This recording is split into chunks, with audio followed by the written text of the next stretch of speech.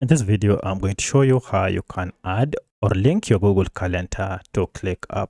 If you find this video helpful, I kindly request that you support me by liking the video and also by subscribing to this channel. So linking to your Google Calendar will help you monitor progress and also timelines with ease. So to do that, go to one of your projects and then click on Calendar here.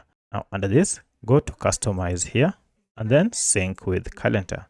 Now we have quite a number of calendars here that you can sync with. For my case, I want Google Calendar, so I'll click on it and then click on Connect. Now you'll have to go ahead and choose the email, and that is your Gmail, and then click on Continue, and then go ahead and check this box here to give access to ClickUp. Then click on Continue, and now you can see I'm done. The linkage between Google Calendar and ClickUp is done. So finalize by just tapping on Done here, and this will go ahead and begin the connection process.